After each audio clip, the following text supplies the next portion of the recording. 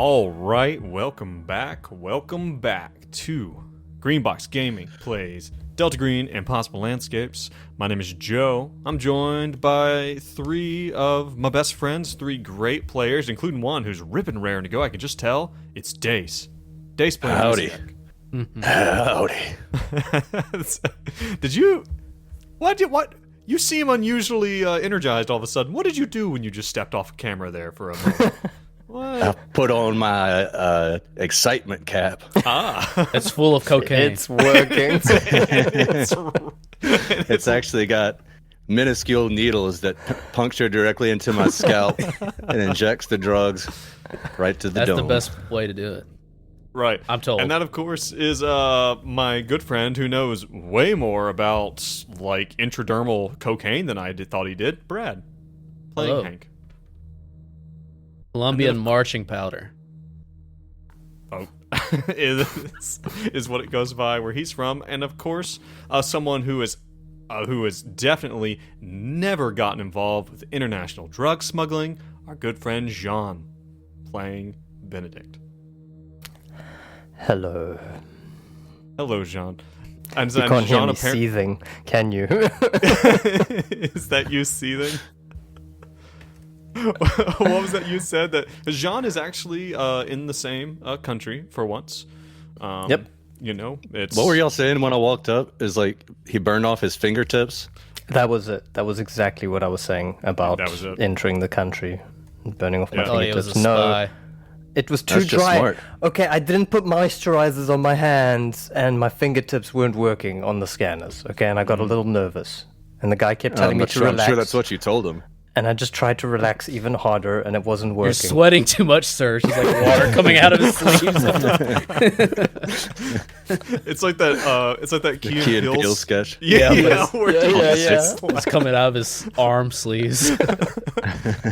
they're just like they have a towel there, and they just keep wiping off the sensor thing so that Jean can try to get through customs. Oh God, guys, I have something that you're not expecting that I would like to talk about here real quick. Oh no. So we're gonna do something we haven't done for a while. I'm gonna give a bit of a shout out to one of our patrons, a good guy by the name of Nathan, who has his own little podcast called RPG Reanimators. Cool. Who I've been listening to a lot. They have this fascinating model where they kind of like pick apart like Delta Green and Call of Cthulhu games and talk about the things they do to breathe life back into an operation or an adventure that's kind of had a lot of wrung out of it. Which, let's admit, ours has been pretty stale for a pretty long time. Right. And so I Very think we can wrung all out. agree we could use Nathan and his crew. But the reason it came up was because we had been talking about, we're here at the end of Impossible Landscapes, guys. Like, we're getting close. What are we going to do? And we were talking about, the idea of running like a full-blown Delta Green campaign, starting at the earliest chronological operation and then going all the way through them. And that would start with an operation called, was it Puppet Masters and Shadow Plays? I think is what it's called. Cool. And which they had done this talk about it, and I listened to it. So first and foremost, you guys don't go and listen to it. Don't go and listen okay. to it. Ah. I was literally about to ask you to repeat the name so I could go. Too late. I'm halfway through the Wikipedia right now.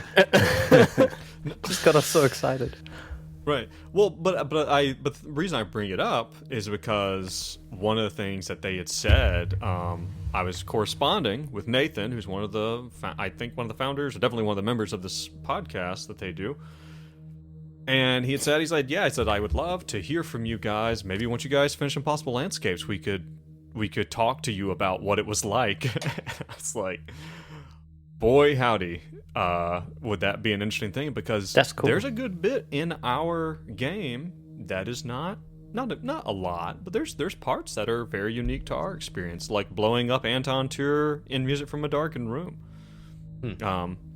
And I definitely would encourage you. They do have an episode where they go through and reanimate Music from a Darkened Room. You three should definitely listen to that. Oh, hell yeah. Okay. Because you've played through it. It's Yeah, very good. check that one out. But yeah, I just thought that'd be cool. Like, what do you guys think about that? Like to be able to talk to other people about just the experience of going through Impossible Landscapes as a player. Yes. First off, the bat, I'm impressed at how insanely niche this podcast is. Right. Like, we thought ours was niche already, and it's a niche of, the bigger RPG community, but this is like a discussion about that already these guys, tiny RPG. It's that's kinda the whole show. A GM like focused or directed. Okay, Like, so that's they kinda just the intent. go through different, the technical term, not a manual, like operations modules, and whatever. just talk about stuff they've done essentially when they've had and Stuff that from them running it or from them playing it. Really fascinating. And the thing is, they're really they're really measured. I think they've got a really good idea about what they're doing. And the big thing is, like, how do we measure having fun with making something interesting, making a cool story? I think their kind of philosophy kind of falls in line with ours, honestly. yeah, that'd be fun. I mean, Yeah. it would be cool. Hell yes. Like I said, I'd like to do like a more extended discussion about this when it's done, and that could be another like little breather if we met up with them before starting. Yeah, I've got some notes for Joe. Newer. Oh, Jean? So we have to find someone and blow them up in a coffin before this is over with. Right, before this is all over. And I'm going to be honest, you guys need to get cooking. Like, you're running out of time to blow up a coffin. So you've played with us for years now. How many episodes would you guess that we have left in Impossible Landscapes? One. One. Half a session. This is it. Oh. No, I would say we are at episode, I think we are currently about to try to record episode 11, question mark. We're about to record this is episode 11 and 12. I'm not sure right now. Of chapter 4? Yeah, of chapter 4. I mean, I would say I would not be surprised if it was somewhere between 3 to 6. Oh, shit. That's I didn't realize it was close. imminent. Wait, 3 to 6 episodes? Yeah, I think so. What the Oh, hell? I'm scared now. I'm extra scared now. Maybe I shouldn't. Maybe I should. I didn't want this. Wait, can I ask it in again? my mind, I was like thinking like the PAL should be a whole nother like Broad Albion hotel situation. Yeah, me too. I was thinking more like 20 to 30 range. Oh, I don't know. Holy It's gonna shit. be not like that. But here's the thing. But then so that's what I think of. Yeah, so that's what would make sense. 3 to 6. You guys will probably do another 10. Challenge accepted. Sounds like us. Yep. It really squeeze it out. We really got to chew the scenery on this on these last few. It's gonna be like the first chapter of War and Peace, where he's just striping the drapery like Yes. on the walls. Drier, more detail. We're gonna get paid Make it by the word on token-esque. this. It's gonna be great. Gotta find all the Easter eggs. Yeah, that's Okay, the problem. Is you guys already passed a bunch of the Easter eggs that are necessary to unlock the later Easter eggs. So I'm sorry. Like you're not going to be able to do the completionist run on this I one. quick load. Shit, just God quick damn load. it, Sean. Yeah. I quick load. All before I go characters into a turn new the guns area. to their heads and blow their heads off. Go to the next What now, previous GM? checkpoint. Just like splash it across the screen. Wasted. Waste. You're dead. Yeah. All right. Say listen, their name guys. one more time. The They podcast? are they're RPG reanimators, I believe, is RPG what they are called. Let me Amazing. verify real quick. Because I want to, like I said, I really I think they've Links- got something real fun over there. Yep, RPG In reanimator. the show notes, I'm sure. They got like a surgeon kind of as their logo. Well, like they're kind of, yeah, that's it. Their kind of thing. It's like they're doing an autopsy. That's kind of their theme. makes It's a sense. lot of fun. Ah, I think it's Beautiful. Good. Yeah. Love it. Well, thanks, Nathan. Cool. And Yeah. we will chat later. And we love your hot dogs. Love God. What? What great hot dogs. I'm not a from brand of here. hot Can dog. you It's- must explain? it's not a- have made it to All your right. land. All right. Okay. It's a competition we have in the States where this famous hot dog eating where people try to see how fast they can eat hot dogs. Okay. It's one of the worst things about our country, honestly. I'm definitely top 3. And we have Nathan to blame for that. And you know what? You know what? Don't go listen to Nathan's podcast. Boycott hot dogs too. Yeah. Well, listen. Speaking about things that we're going to avoid from here on out, how about we talk about what happened last time, and going back in our memories and all the traumas we've suffered thus far. How about that? Wait, Can't are we wait. doing a session or doing Delta Therapy session. A therapy session, John. Green? It sounded like it. It's like a weird intervention.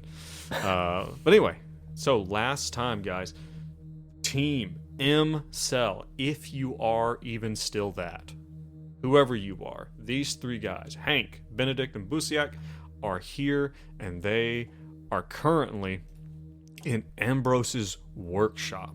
You guys escaped to the Broad Alban. You descended into the Whispering Labyrinth.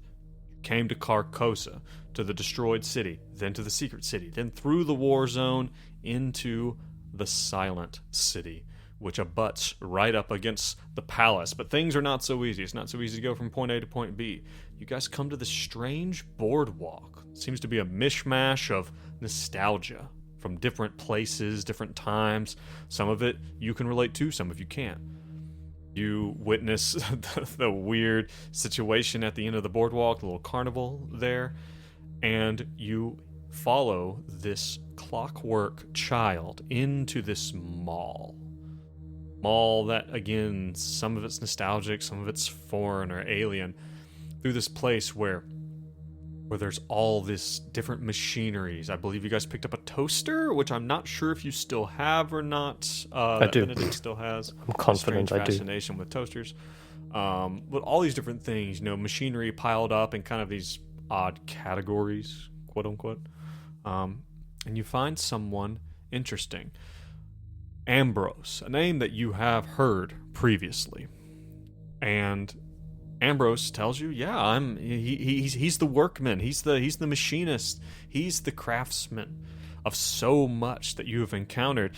I think that at least one of you has a rather significant scar in his neck, and was kind of like, hey, is this your fault? Like, should I blame you for this? And you kind of come to the conclusion that Ambrose is kind of playing his part here, just like a lot of people. You ask him, yeah, like, we would like to get some costumes, and he helps you fashion these bizarre mechanical clockwork masks that have eyes that move around when you move, and articulating jaws.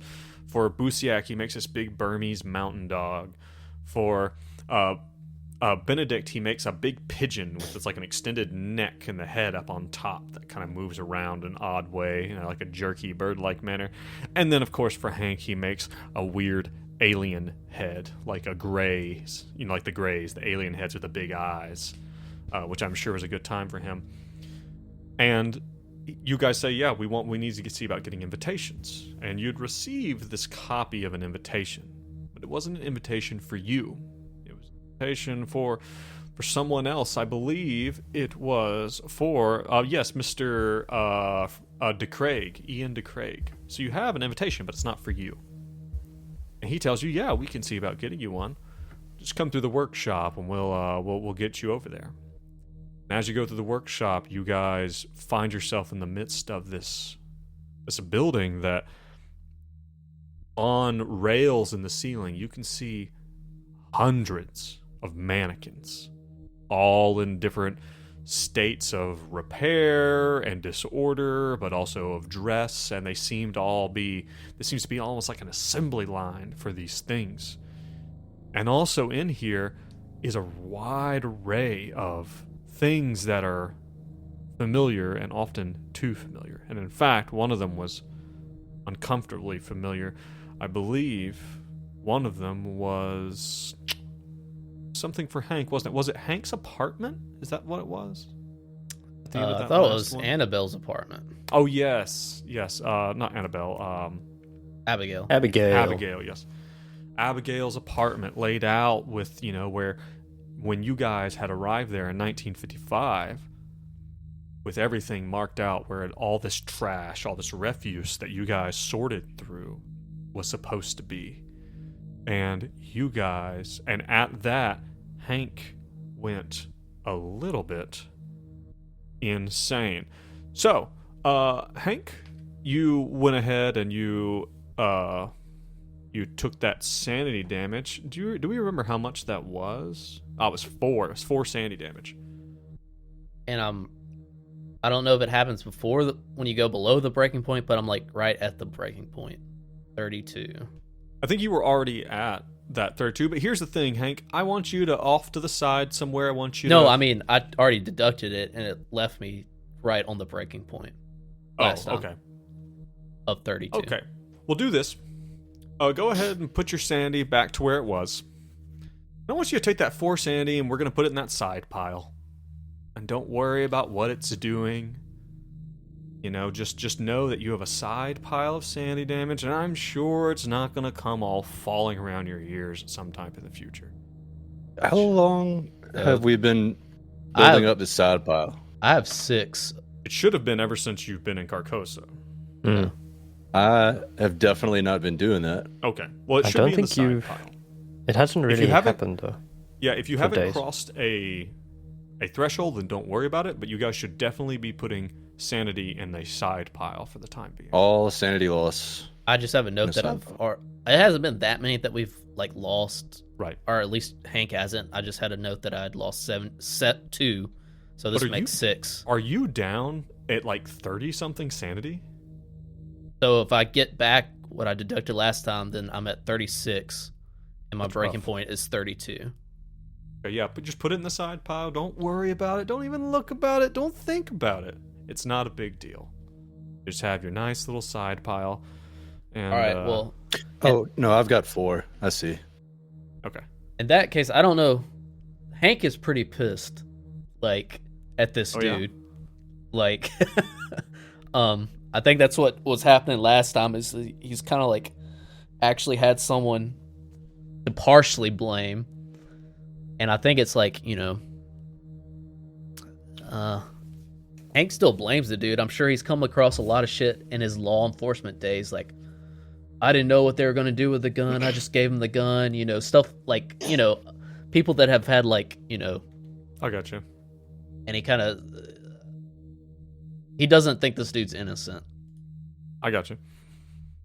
And keep in mind, this man is like he's like probably in his 80s. You know, he's bald with like this like puffy kind of crazy looking like Einstein style like white hair, kind of wild out to the sides. And he does have a very kind and gentle disposition about him.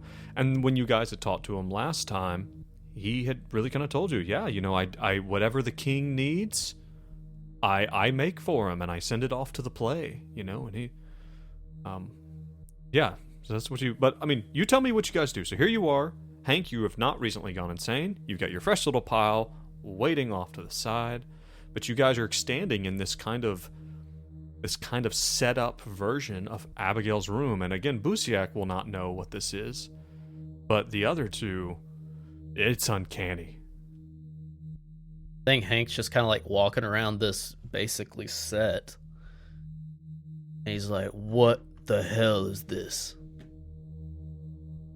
To Ambrose? Yeah, to Ambrose. Well, oh yeah, I forgot I only have one old person voice, that's right. Well, it's... Oh, this is... this one, this was an intricate one. I've got the work order right here. Very specific. Do you have any idea what this is doing to other people who lived here? No one lives here. This is just a mock-up. But someone did live here. A girl, Abigail. He kind of looks at the other two of you, like, kind of like what's up with your guy? Like, is the kind of Busiak is like just admiring his mask. He's just like trying to figure out the inner workings of the mechanisms. Yeah. He's like, wow, this is for the play. I'm not sure what you mean, Hank. I don't know. And he kind of like gets in his face and like points fingers like, Did you ever ask your master, your king, whatever you call him, what this was doing to other people? What your creations are doing? I just doing my job. This is my part after all. And he's not. You don't get the feeling necessarily that he's like afraid of you, Hank, but he seems confused. Like to him, this makes all the sense in the world. And your displeasure, you being upset seems weird to him. Hank, I think he's just under the spell. You remember? These people, they've been through stuff, they've seen things, and they're just delusional about it. I don't trust him. This is where it all started. He had something to do with Abigail's missing. He has something to do with this whole facade. And Hank takes the mask and hits him with it. Oh, really? Oh, no. Yes. You strike this man with the Strike mask the that you dude. have? Yeah. Holy shit. Okay, Busiak. Oh, shit. Are you gonna... Busiak, after you do that, he's gonna be like, what the fuck, man? What the hell's gotten into you, Hank? Why'd you just hit that old guy? I want to do a lot more. So go ahead, yes. That's it. He's like, I guess just standing over, and he's not going to kill the dude, but he's pissed. He's gonna hold him back for sure. I mean, he's not trying to strike him again or anything, but he's like, Busiak, you have no idea what this man is a part of. No, you're right. I don't. Well, I mean, what is he, like a mass murderer or something? Like, what the fuck, man? He's at least responsible for one murder, if she's still alive. So tell me this. Were you intending to do this person harm, or is Hank kind of just like lashing out? Hank's kind of lashing out, and he wants to do him harm, but he's not going to do anything else. He's not going to, he wants to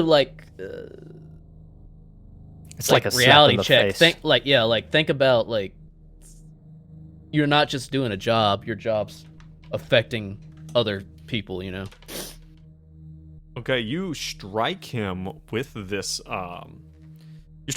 mask, and and as you do, like you hit him in the face, I assume. Yeah. And he manages to kind of he kind of sees it coming a little bit and is able to get us up, but he's old and he's quite small, and you hit him and he does kind of fall back on his butt. And you see that maybe he is maybe he's bleeding like a little bit from like you kind of like busted his lip a little bit, and the mask is making now like a really kind of unhealthy sounding clicking sound, as if you've kind of bent something or jarred something loose. He's like that. I'm young man. I don't know. He's calling you young man, even though you're in your 60s. He's like in his 80s. He's like, young man, I don't know who you think you are, but I haven't done anything. I'm just a craftsman. I'm sorry if what has happened to you, but I assure you, it was none of my doing. This, he like points at like the Abigail's apartment setup. This was going to happen no matter what. The play will always happen. Your anger can't stop it. Perhaps Benedict will probably go and like bend down and help him. So I'm very sorry about him. We've been through a lot, you understand. Yes, I can see that. He kind of eyeballs Busiak's mannequin bits Codpiece. that are on his body. And you guys are all really rough. You guys have been through a lot. He's like Ambrose, well, can you point us in the direction of the masquerade? We've got our masks. We needed the invitation and maybe a bit of direction if you can, please. I'm sorry for my friend lashing out there. I'd even be prepared to give you my toaster if it would make you feel any better or smooth things over a little bit. But I truly am sorry. Give me a persuade, because he was going to take you to get invitations. Tell me how you do there. That's a failure. Oh, Benedict, hear the face. Every single time. I'm gonna push it. So run me through that again. Good. You got to roll a d4. Let's see how much willpower you burn. 1d4. How much willpower you got? I'm full up, man. I got 9. Roll up. Ready So I to go. burned 1. Okay, Nice. just 1. And then re-roll. And don't fail. Don't fail. Success. Hell yeah. All right. What do you do to kind of give it that extra? So maybe it looks like he's kind of being like, well, I think it might be time for you to go. You can find the gallery on your own. No, Ambrose, one moment. Just as I mentioned, I'm sorry. We are sorry. You've done a lot for us already. These masks are magnificent. I don't know where you came up with this, but it reminds me of an old friend I had, Papua New Guinea. They are quite magnificent, aren't they? They are. And if it'll make you feel any better, this is a picture of my dearest. This is my dearest love that I lost one day. Her name is Michelle. And I want you to have this picture. You hand him a. What? Okay. You give him a picture.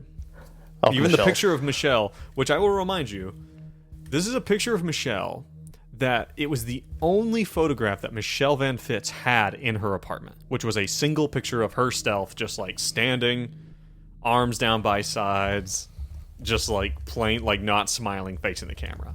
Like a very plain, weird, but this is the only photo she had in her own house. So she's obviously doesn't have a lot of friends, family. We will never know why Benedict was into that. Fell in love with her. Yeah, well, we'll never know. And you know what? I don't want to know.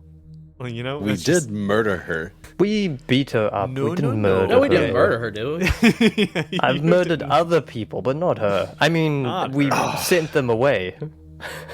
This is some David Lynch shit. You fall in love with a person that you murdered, So, and then you go ahead. so you hand him this. He's like, and he hands it to you. He's like, and his eyes kind of light up. Benedict. He's like, oh, finally, oh, and he's holding the photo in his hand, kind of hand on his chest. He's like, oh, good. Ooh, I was worried about this one. Hold on, come. You know, I have to do something. And he goes to walk off, like towards other sets that are kind of. Guys, I won the game. I'm just telling you right now, I cracked the case wide open, You did. bringing this Wow. photo Been a very- the whole way. Important prop to him. Right. No, I'll tell you what just happened.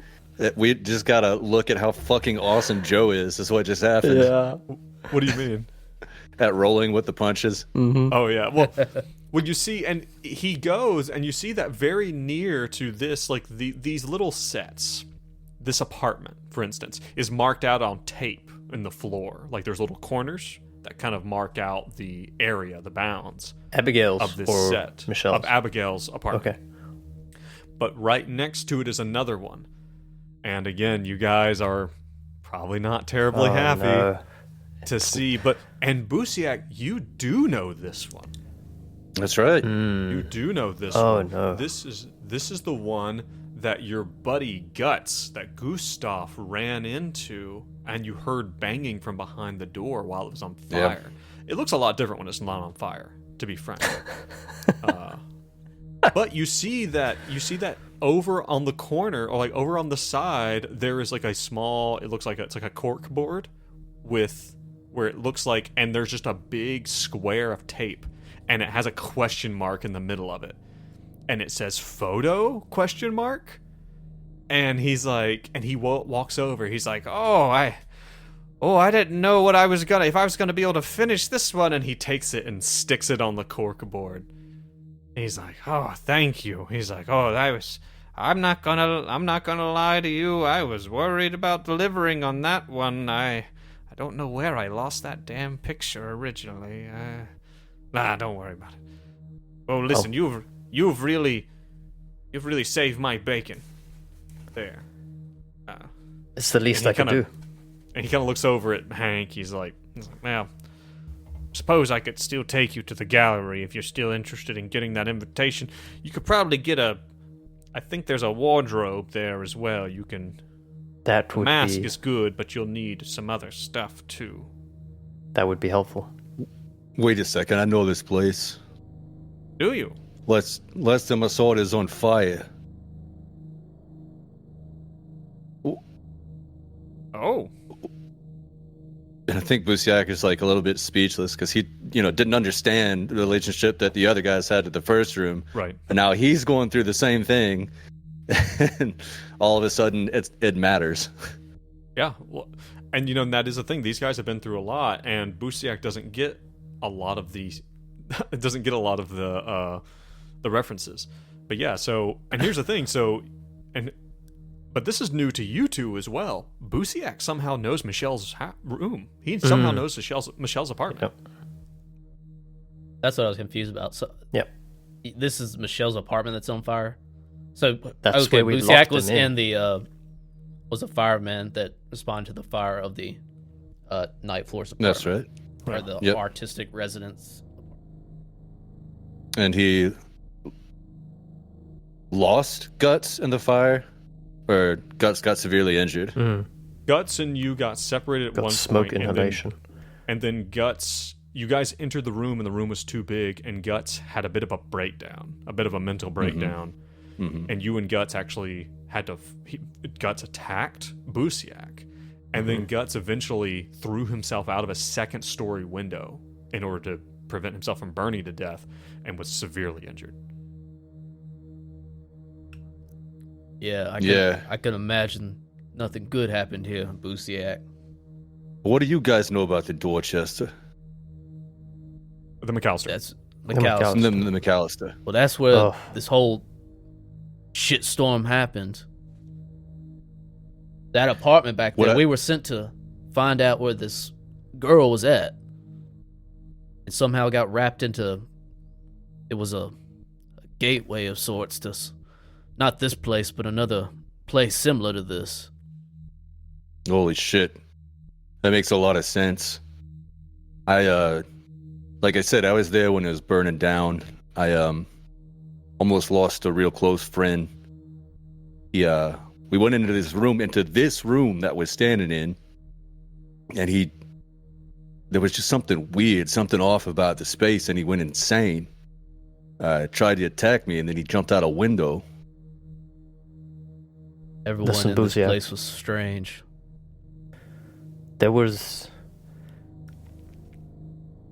seems like we've walked on the same paths, and we've had to make choices, and we may have brought you into this unwittingly, but we just have to stick together for now. Yeah, and Busiak, that thought hadn't even occurred to him.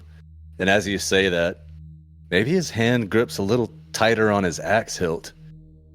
And he kind of narrows his eyes. But he doesn't do or say anything. He's just like... Well, Hank says, I can think of a couple more people more responsible than us, and eyes Ambrose. Ambrose again. And yeah, now, after having seen this, Busiak is like leaning more towards Hank's mentality. And he just kind of like shifty-eyed glances over at Ambrose, but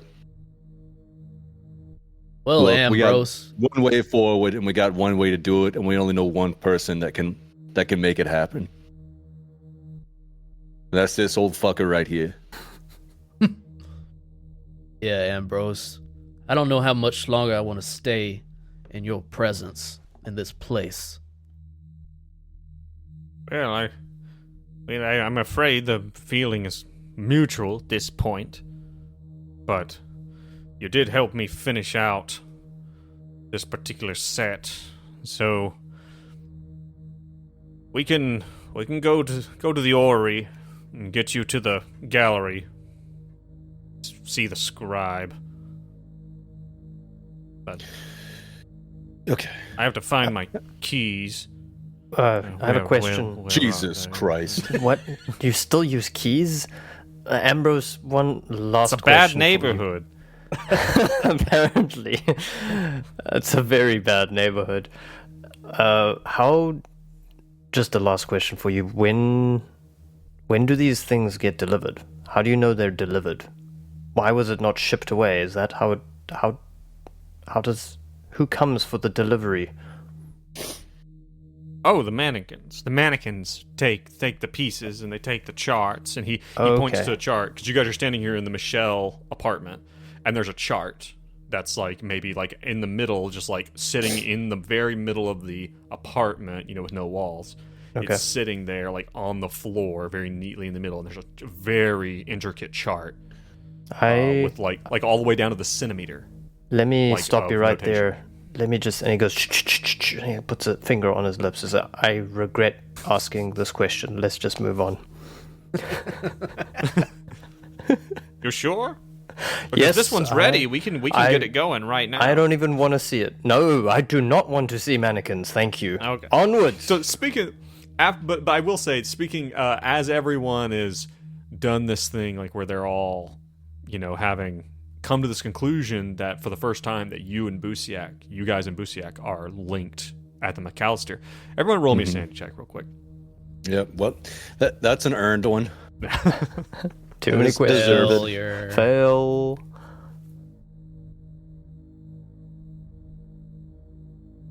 And a success. Okay, Busiak can take 1. Okay. The other of you can take 4. Ouch. Put it in your side pile, unless you'd like to deflect. Jesus. Oh. I would like to deflect that. Who do you have left? I've got Hank and Busiak, thank you very much. got Like, I have Hank friends, and and I'm with them right now. So you'll roll a d4. You will burn that much willpower, and you will get rid of that much sanity damage. Got it.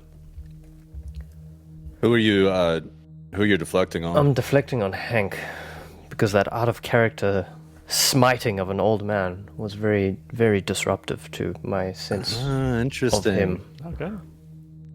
Okay. Actions and consequences. This is some consequences. All right. Oh, here my keys are. That's. One more thing Ambrose. before we move on, Ambrose. You want to see another set? Is that what you want? Yeah, I want to Got see a lot the of cool final stuff set. in here. The final scene.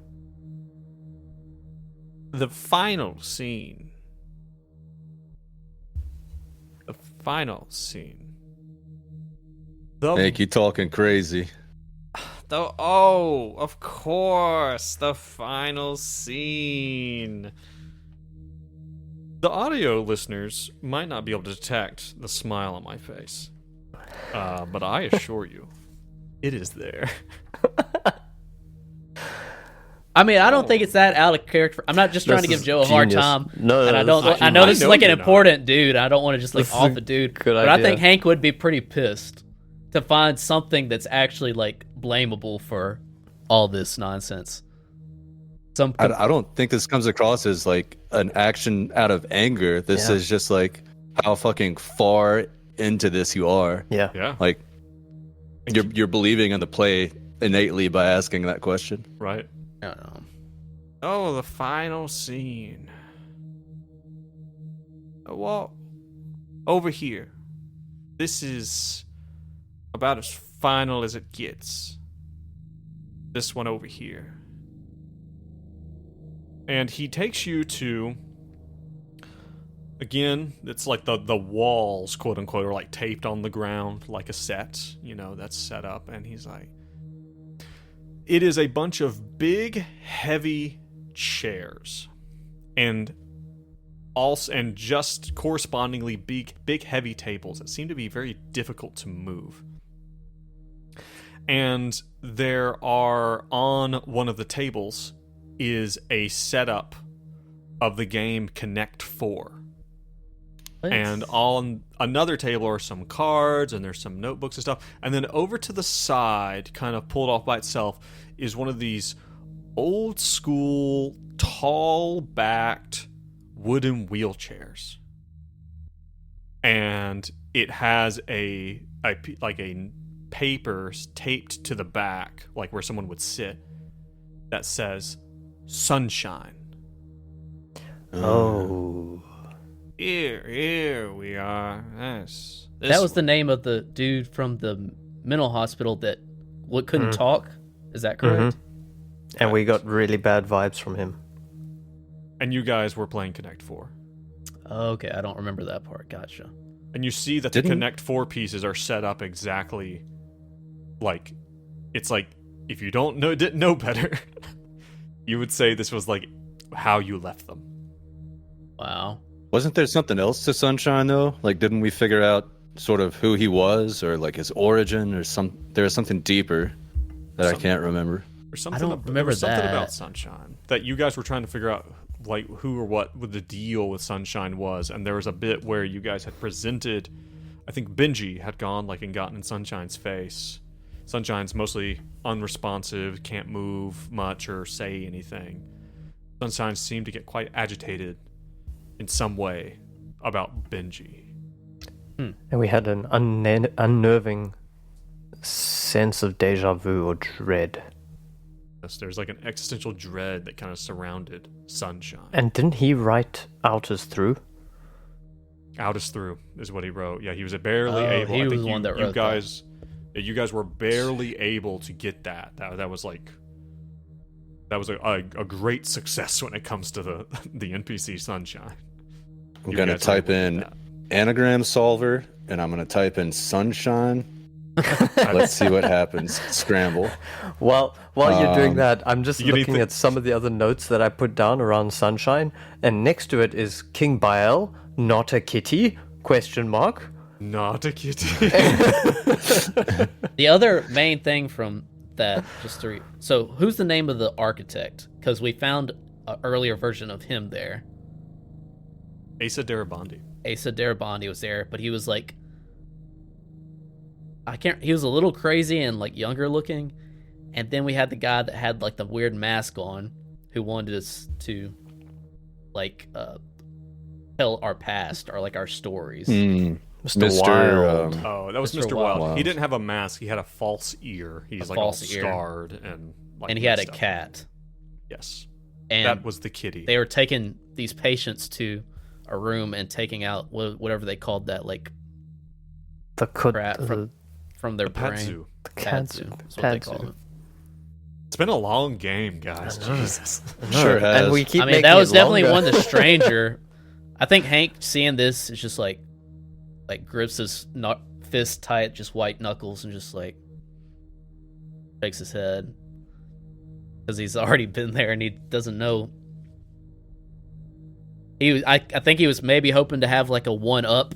He's like, maybe he can like divert a similar situation if he gets into it, but he's already been here and he's just like I've seen enough. Like he's just like the futility of it. Why don't you roll me a sanity check for you guys again? Oh no. All of us? All of you.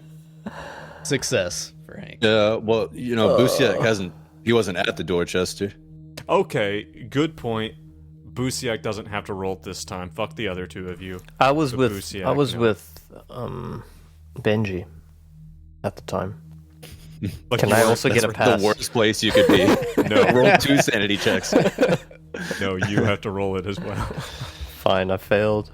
Roll 1d4. I'll roll it for you. I got a 1. Rolling How it myself. care. I'm gonna intriguing. roll That's it. the final scene, whatever that means.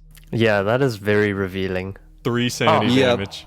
Put it in your special it could side be- pot unless you want to what do you call it? Suppress it or whatever. Really trying to avoid the side pot.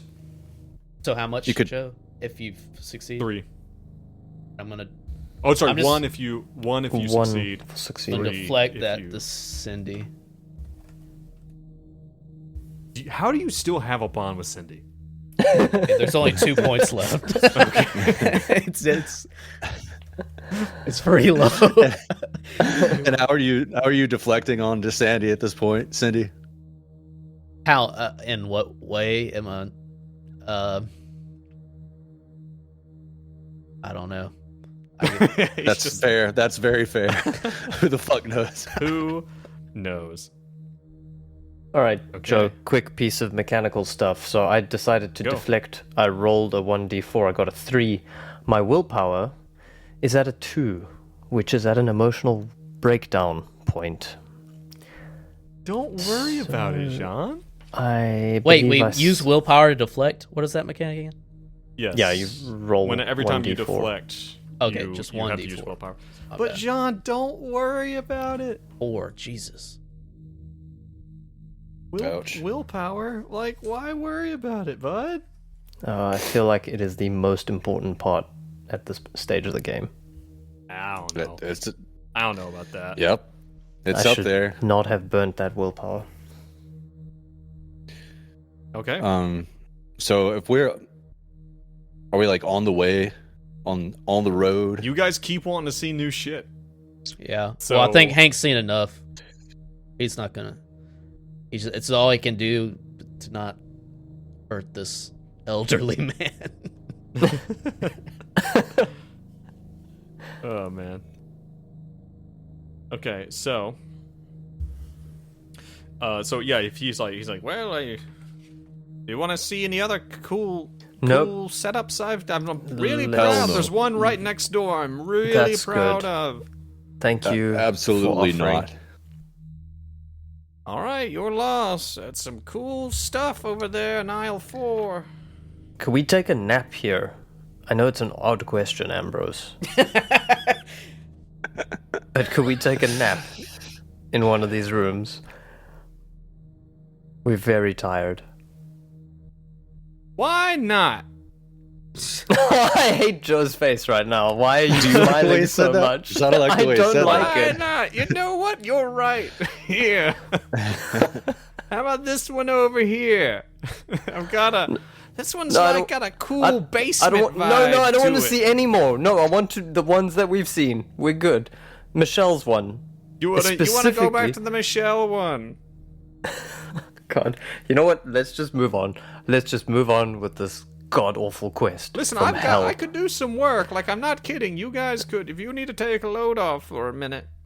Do No. that. Look, Benedict, this ain't no bed and breakfast here. This is some fucked up shit. No, I that- sure shit ain't staying in That Michelle's is not room. That true. ain't happening. I have a bed and breakfast like 3 aisles down.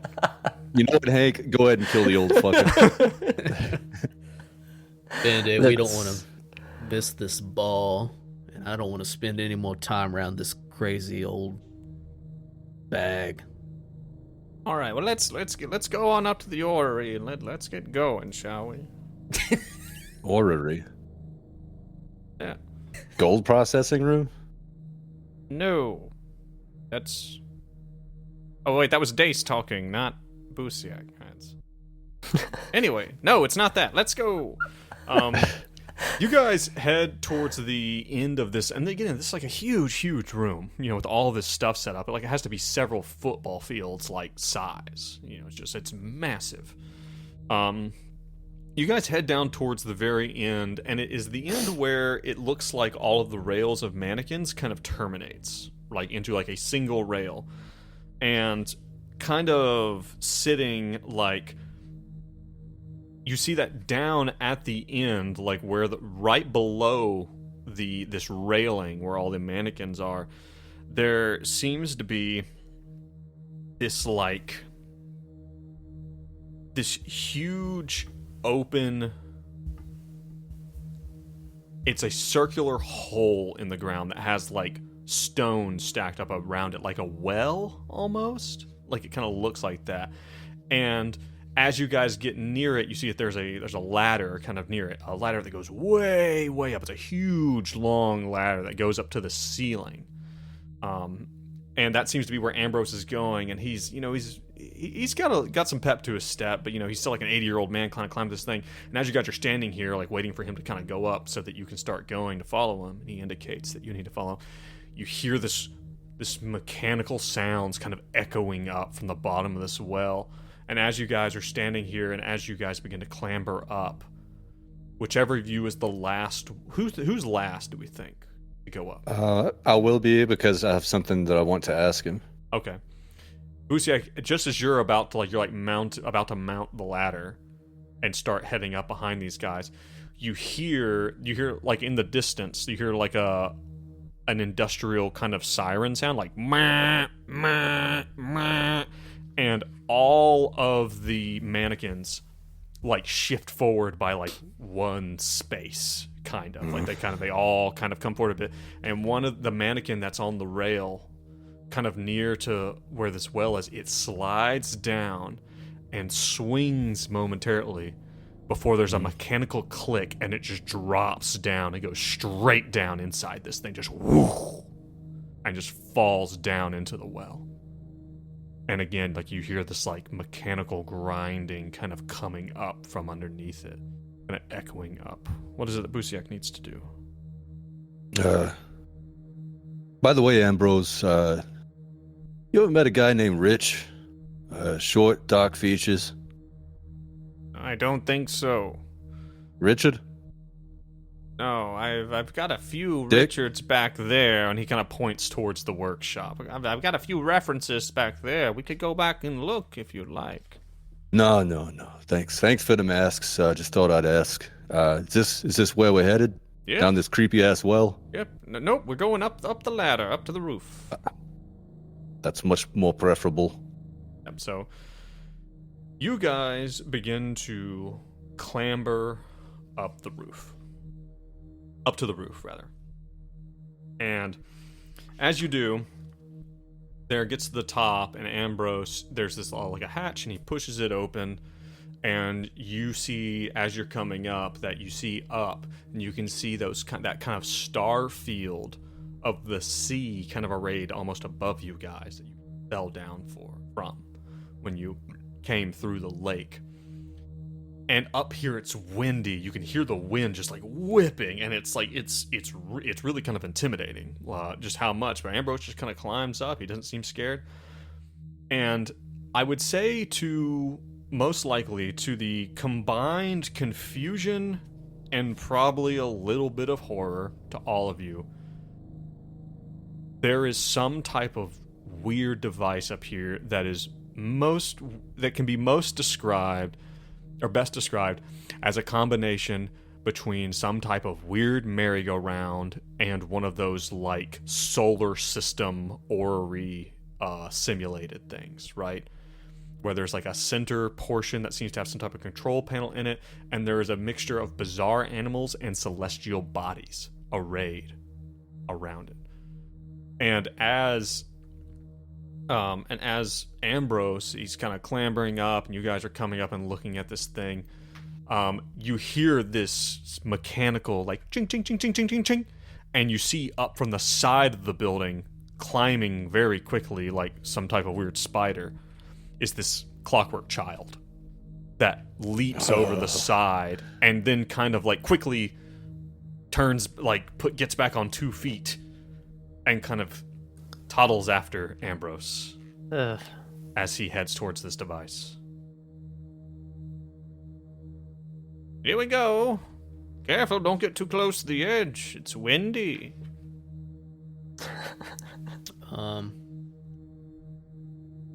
Hank will do alertness, just the surrounding area. Tell me what you got. This. You look around. There's something that is odd, is that there apparently is a large modern-looking air conditioner unit on top of this thing, which, again, just like the combination of times and places that are in this place is just like, it's just like too much to handle. Like, it's just so much bizarre shit, especially everything that you guys have just went through downstairs.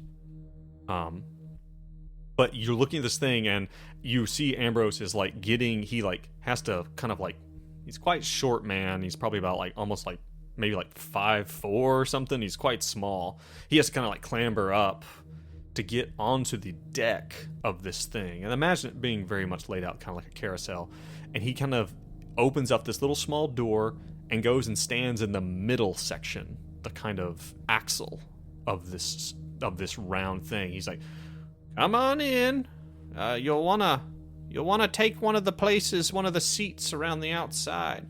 And you see that indeed, very much like a carousel, both the celestial bodies and the strange animals. We're talking things that are weirder than hippogriffs, and like strange like combination chimera creatures, of like antiquity, like weirder and more bizarre than that.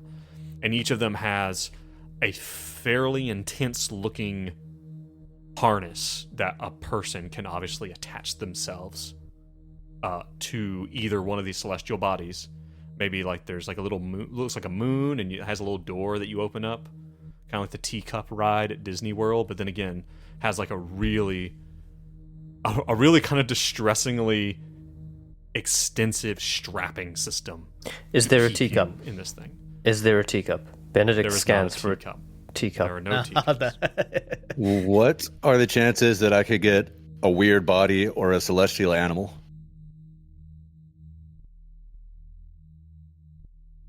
None.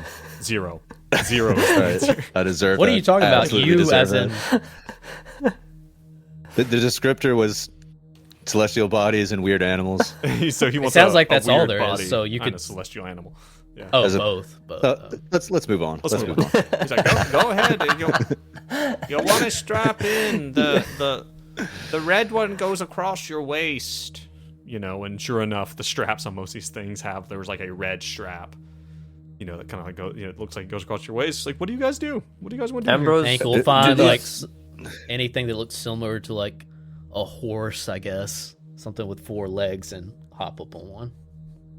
You find like a 6-legged, mighty-looking horse that has some type of like compound bug eyes. They're like Odin's horse with 6 legs. Whatever you call that. Yeah, cool. Do these all go to the same place, Ambrose? Yes. And that's where we're going to get our invitations. Yep, we're going to the gallery. And not gonna get Right. killed along the way. I most likely not. I hate that answer. It's about as good as you can get in this place. And Busiek climbs upon a... what's the most normal thing there? There appears to be some type of weird bear, but it's like Great. But it's like bald, like a weird hairless bear Oh almost. no. Have you seen a hairless bear? Yes. They're God. terrifying. They're terrifying. Oh, the bear Okay. from... Oh no. Skull bear. At least it's familiar. I'll take Skull Bear. Benedict will go on a celestial body, maybe something that looks like the moon. Is the moon around? Yeah, there appears to be a moon. It's hard to say if it's our moon or not. This one, though, up on the dark side of the moon, seems to have a weird space base kind of Yes. built onto it. I want that one. So you're not sure what to make about that. But you guys get in, and Ambrose, he's like, all right, everyone's strapped in. Please keep your hands and feet inside the vehicle at all times. And he starts turning like a gear, and you hear like a whirring that as he turns it, and after a while he lets go and the whirring keeps going. He starts hitting, and right before he like kind of like hits the button to go, he comes and gives you, he's like, oh, you'll need these, and he gives each of you a pair of goggles, like old school like aviator goggles. He's like, you will want to put those on. And he goes into the middle and starts pulling levers and hitting buttons as this whole contraption begins to spin and whine. You guys aren't going up and down like a carousel, like you're staying static, but after just like probably 20 seconds or so, you guys start realizing that you are moving, you are spinning way too fast, and you're starting to now maybe even appreciate how hefty these harnesses are that are holding you onto your chosen mounts. But it starts to go, the machine starts to clang and rattle in unhealthy and uncomforting ways as it starts to spin so quickly that the world around you is completely lost to you. It's just a blur of colors. And you can hear Ambrose, you can't tell if he's shouting, You can maybe tell that the Clockwork Child is also working with him to pull levers and hitting buttons, and you can't tell if he's yelling at the child, yelling at you, or if he's laughing. You just don't know. As this thing continues to spin up, shut up. Hank pulls out his pistol and wildly fires. Major Willy Wonka vibes. We're in the creepy tunnel, and he's like, "There's no knowing where we're rowing." And you guys, and after a while, it gets to the point where actually I need all three of you to roll me Constitution checks, as just the G forces sucking the blood away from your brain. Failure by 1. Failure by 1. Oh, I'm looking at Success for Busiek. Busiek holds it together. Wait, hold up. That's athletics. I'ma call it. Wait, what? He rolled the wrong thing? He rolled the wrong thing. You're gonna vomit with us, Busiek. Oh, no. Oh, wait, what was I supposed to roll? Constitution. Oh, I don't know how I misheard that. Son of a bitch. I thought it was like a core strength challenge. I don't know. Abs, roll abs. Bastard. You guys, and as you guys are going, so the two of you, like, at some point in time, you kind of, like, you see those, like, people in fighter jets when they pass out, and they're just kind of like, oh, yeah. You two kind of go down, and you guys are a little bit older, so maybe it's that, Busiek, you actually watch as one of these bizarre creatures that's directly in front of you, it actually rattles loose and just flies out of the vehicle, just, and it's gone. It's like a tornado. And you're watching these two, and you can see Benedict up ahead of you, and his celestial body is just jerking and seems like it might fall off, and he's just kind of loosely attached to it. And then you hear an ear-piercing screech as Busiek, you are thrown forward on the vehicle, on your weird hairless bear thing, as the velocity is suddenly halted, and it's just like, screech, as you guys come to a halt. Everyone give me sanity checks, please. Wait, scratch that. Everyone who's not adapted to helplessness, give me a sanity check. I believe that would only be Busiek. Yes. Yep, you're Busiek, right. give me a sanity check. The other two of you both take 1 sanity damage. Please put it in your side pile. That's interesting. Fumble. Ooh. 100. That's an automatic full sanity damage from the helplessness of the situation. 4. Ouch. Okay. So I'll put that in this temporary pile, I guess. Yep, going in the side pile. Does that give me a check towards adapted to helplessness? No. That's only when I break? Not in this situation. Don't worry about it. Okay. You guys this whole thing comes to a halt, and you two kind of come back to, as you kind of, you blacked out there, and you're groggy and looking around, and as everything kind of comes to a halt, the two of you are too busy vomiting to really realize what Busiek does as he looks around, which is that you are no longer on the rooftops. The star field of the lake, the sea, the whatever above you is gone. No, you are inside some type of huge museum. It has that feel, grand, tall ceiling, columns, beautiful like marble floors, everything covered with a fine layer of dust. And Ambrose takes off his own goggles and kind of pats the machine panel in front of him and goes, "Magnificent machine." Now I'm picturing him as like Billy Crystal from